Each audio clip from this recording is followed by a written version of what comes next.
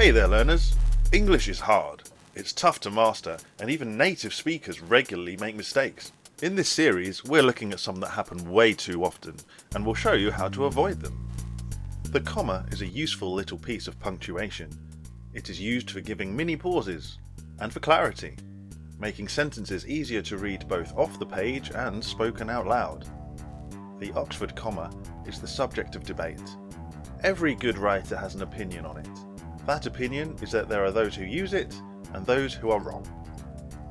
Also known as the serial comma, it is used in lists after the second to last item, usually before an and. For example, I went to the shop and bought some eggs, bread, cheese and ham. The Oxford comma is the one just after cheese. It is very common for people to write sentences like this without the final comma. However, quite often making sure it is there is important for clarity. Take a look at this sentence, for example, that is written without the comma. Jane has some gifts for her sons, Katie and Lizzie. Can you see why this is wrong? It implies that Jane's sons are called Katie and Lizzie, which are girls' names.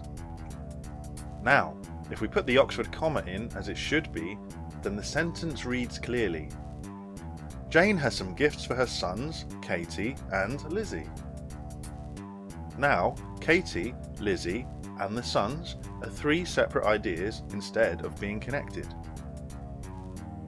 You also find that when reading out loud, the comma asks you to stop for a moment, which you generally would if you were saying a list out loud.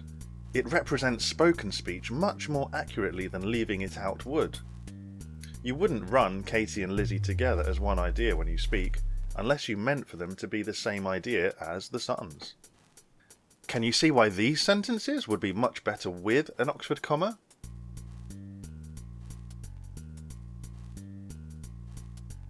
Come meet my parents, my dog and my cat. I watched a TV show that featured some rock stars, Charlie Chaplin and Joseph Stalin. Tonight, I am going to eat a big dinner with steak, vegetables and cake.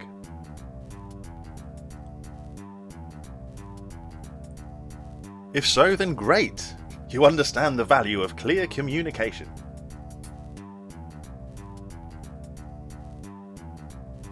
Thanks for listening.